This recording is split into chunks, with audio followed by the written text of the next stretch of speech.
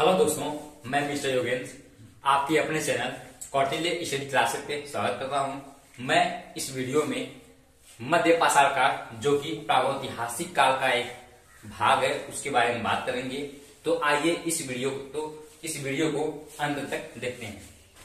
तो हमने कल जो पढ़ा था वो पूरा पाषाण काल पढ़ा था। उसके बाद आपका आता है मध्य पाषाण काल। मध्य पाषाण काल जिसको माइक्रोलिथ भी बोलते हैं। माइक्रोलिथ मीन्स सूक्ष्म औजार यानी छोटे औजार। मध्य पाषाण काल में पत्थर के बने हुए औजार प्राप्त हुए जो कि बहुत छोटे छोटे थे, इसलिए इसको माइक्रोलिथ यानी छोटे औजार के रूप में इसको नामित कर दिया गया। उसके बाद इसे ही हम लोग उत्तर पाषाण युग यानी मेसोलिथ भी बोलते हैं। मध्य पाषाण काल को उत्तर पाषाण युग यानी मेसोलिथ भी बोलते हैं। अब इसके बाद पुरातात्विक स्रोतों से इतिहास का विभाजन। पीसीएस यानी यूपी पीसीएस, एमपी पीसीएस और बिहार पीसीएस में एक क्वेश्चन पूछा गया था कि लिखित स्रोतों के आधार पर और धात्विक स्रोतों के आधार पर इतिहास को कितने भागों में बांटा गया। तो लिखित स्रोतों के आधार पर इतिहास को 3 भागों में बांटा गया था। वो था प्रागैतिहासिक काल, उसके बाद आद्य ऐतिहासिक काल और ऐतिहासिक काल। जो कि लिखित स्रोतों के आधार पर बांटने वाले वैज्ञानिक जॉन ब्रूस थे।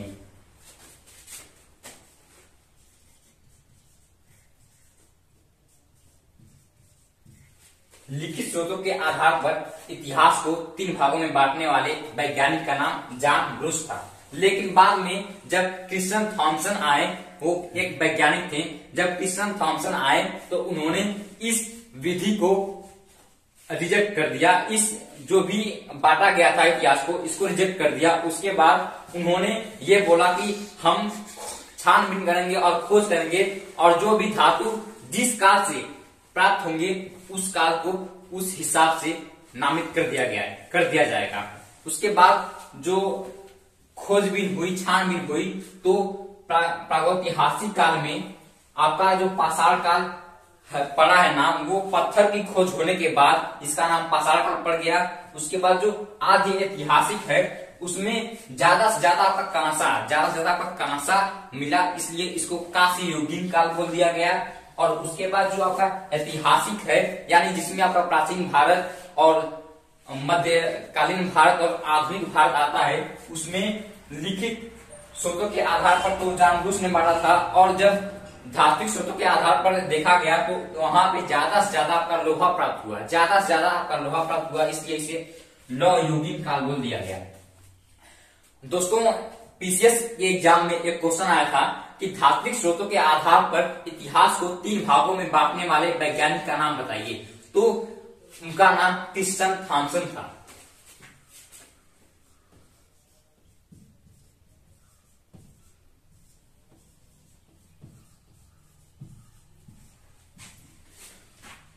धात्विक स्रोतों के आधार पर इतिहास को 3 भागों में बांटने वाले वैज्ञानिक का नाम क्रिश्चियन थॉमसन और लिखित स्रोतों के आधार पर इतिहास को 3 भागों में बांटने वाले वैज्ञानिक का नाम जॉन ब्रूस था। दोस्तों, जब एग्जाम में क्वेश्चन आता है, पीसीएस के एग्जाम में ज्यादातर ये जो आपका प्रागैतिहासिक काल और आद्य ऐतिहासिक काल से क्वेश्चन उठते हैं, वो पीसीएस और आईएएस के क्वेश्चन ही ज्यादा से ज्यादा उठते हैं। लोकल एग्जाम जैसे एसएससी, बैंक या रेलवे और ग्रुप डी वगैरह में ये सब ज्यादा क्वेश्चन नहीं पूछे जाते। पीसीएस के एग्जाम में जब पूछा गया था क्वेश्चन तो बहुत सारे स्टूडेंट्स ये जॉन ब्रूस को टिक लगा दिए थे, लेकिन आपका ये गलत हो गया था क्योंकि वहां पे जो देखा गया वो धात्विक स्रोतों के आधार पर क्वेश्चन को पूछा गया था। जब इतिहास को 3 भागों में बांट दिया गया, उसके बाद जो कि नेक्स्ट हम लोगों का जो टॉपिक है वो पुरातात्विक संग्रहालय। जब तीनों काल में प्रागैतिहासिक काल, आद्य ऐतिहासिक काल और ऐतिहासिक काल में जब छानबीन या खोजबीन होने लगी तो बहुत सारे धातु या बहुत सारे धात्विक स्रोत, लिखित स्रोत उपलब्ध हुए, तो उनको एक संग्रहालय में रखने के लिए विश्व का एक ऐसा संग्रहालय बनाया गया जहां पे विश्व के सारे खोजबीन या छानबीन हुए धातु को या फिर लिखित स्रोतों को वहां पे रखा गया। तो उस संग्रहालय का नाम कोपेनहेगन संग्रहालय है।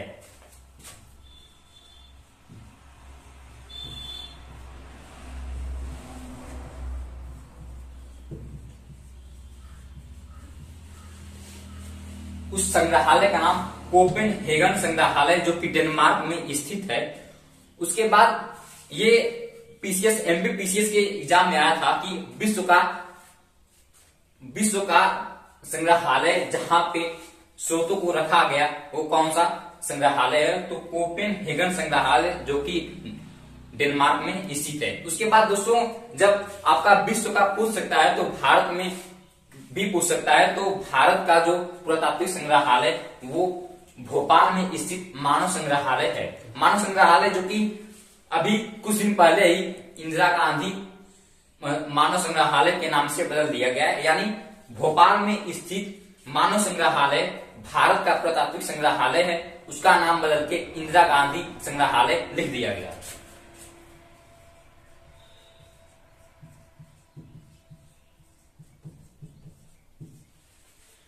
ये आपका भारत में आएगा और ये आपका विश्व में आएगा।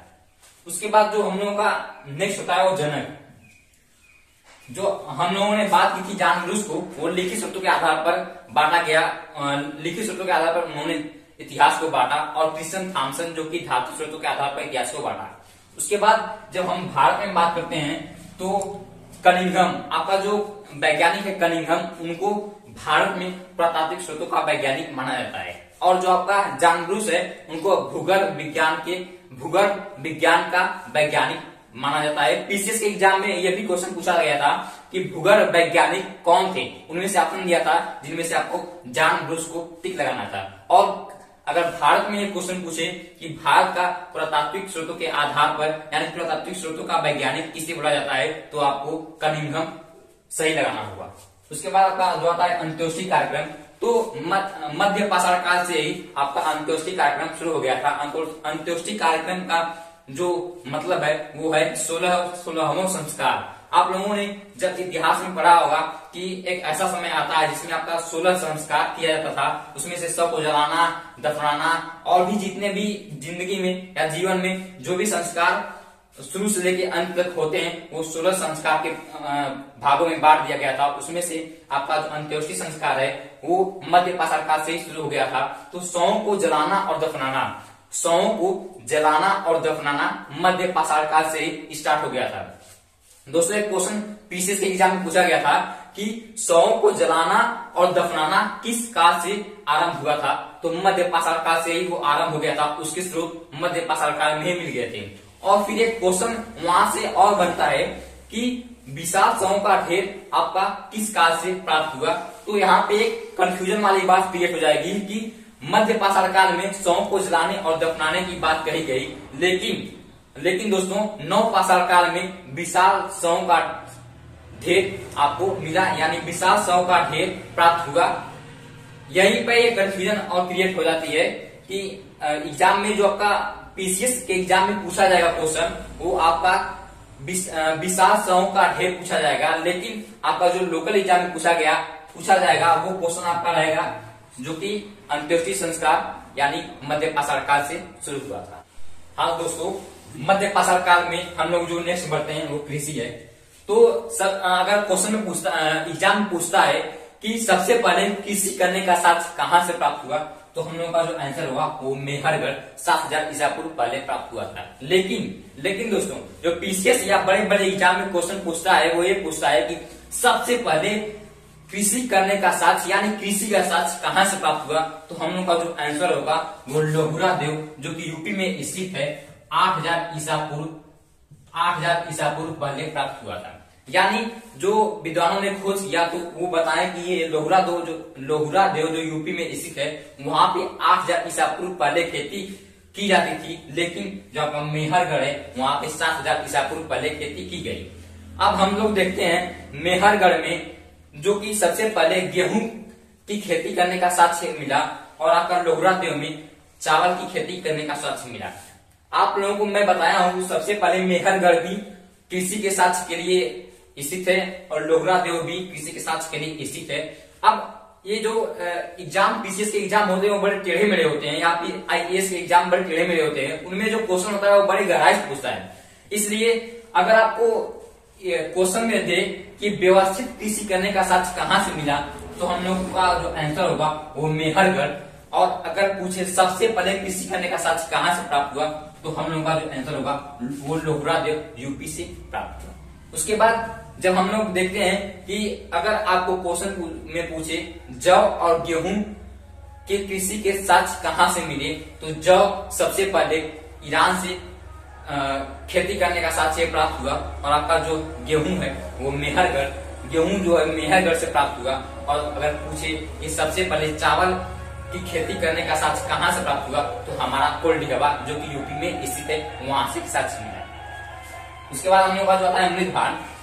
तो जब आदिमानव जब कृषि कर रहे थे, उसके बाद जो चावल गेहूं या जौ उत्पन्न हो रहा था, तो उनको ले जाने में और उनको रखने में उन लोगों को बड़ी कठिनाई होती थी, और वो लोग अलग अलग तरीके से उसको रखने या सुव्यवस्थित करने की तरीका आजमा रहे थे। लेकिन बाद में उन लोगों के पास एक ऐसा माइंड में आया कि चलिए कुछ बना देते हैं। उसके बाद उन लोगों ने मिट्टी का एक ऐसा घड़ा टाइप का यानी मटका टाइप का एक बर्तन बनाया, जिसे मृदभान बोला गया, और उसपे जो चित्रकारी की गई थी वो गेरुवर्णी थी। यानी जो गेरुवर्णी जो गेरुआ आप लोग देखे होंगे, उसी कलर का चित्रकारी उसमें किया गया था, जो कि गेरुवर्णी मृदभान था। ये हसीनापुर जो कि हरियाणा में स्थित है, वहां से इसका साक्ष्य प्राप्त हुआ था। और उसके बाद हम लोग जो आते हैं पशुपालन। पशुपालन जो कि मध्य पाषाण काल से ही स्टार्ट हो गया था, लेकिन दोस्तों यहाँ भी कंफ्यूजन है। मध्य पाषाण काल से आपका पशुपालन स्टार्ट हो गया था, लेकिन जो व्यवस्थित पशु पाला गया वो नव पाषाण काल में कुत्ता को पाला गया था। तो अगर आपका एग्जाम में या पीसीएस एग्जाम में या किसी भी एग्जाम में क्वेश्चन आया कि व्यवस्थित ढंग से पशु पाला गया, तो आपका जो आंसर होगा वो नव पाषाण काल। और अगर एग्जाम में पूछे कि सबसे पहले पशु पालने का साक्ष्य कहाँ से प्राप्त हुआ, तो हम लोग मध्य पाषाण काल आंसर लगाएंगे। हाँ तो दोस्तों, हम सभी लोगों ने इस वीडियो में सभी कुछ अच्छे से देखा, और ये विश्वास रखिए जितने भी मैं आपको जो भी फैक्ट या फिर जो भी बताया हूँ वो पीसीएस के एग्जाम में पूछा गया था। पीसीएस के एग्जाम में व्यवस्थित और सबसे पहले यही दोनों क्वेश्चन आपका पूछा गया है। और बहुत सारे स्टूडेंट्स जो कि गहराई से नहीं पढ़ते या गहराई से नहीं उनको पढ़ाया जाता है बता देता है, वो कंफ्यूजन में आते हैं। तो हम लोगों ने आज जो भी पशुपालन या आपका मृदभान या आपका कृषि या आपका जो प्रतात्विक स्रोतों के आधार पर इतिहास को बांटा गया ऐसे, या आपका जो जनक, ये सब जो भी टॉपिक थे, इस सब में हम लोगों ने पीसीएस के एग्जाम में पूछे गए क्वेश्चन और लोकल एग्जाम में पूछे गए क्वेश्चन का अंतर विभाजित किया। धन्यवाद दोस्तों, आप सभी लोगों ने, आशा करता हूँ आप सभी लोगों ने इस वीडियो को अच्छी से देखा होगा, और नहीं देखा होगा तो आप देखेंगे। अगर आप चैनल में नए हैं तो चैनल को सब्सक्राइब कीजिए, लाइक कीजिए और शेयर कीजिए। धन्यवाद एंड जय हिंद।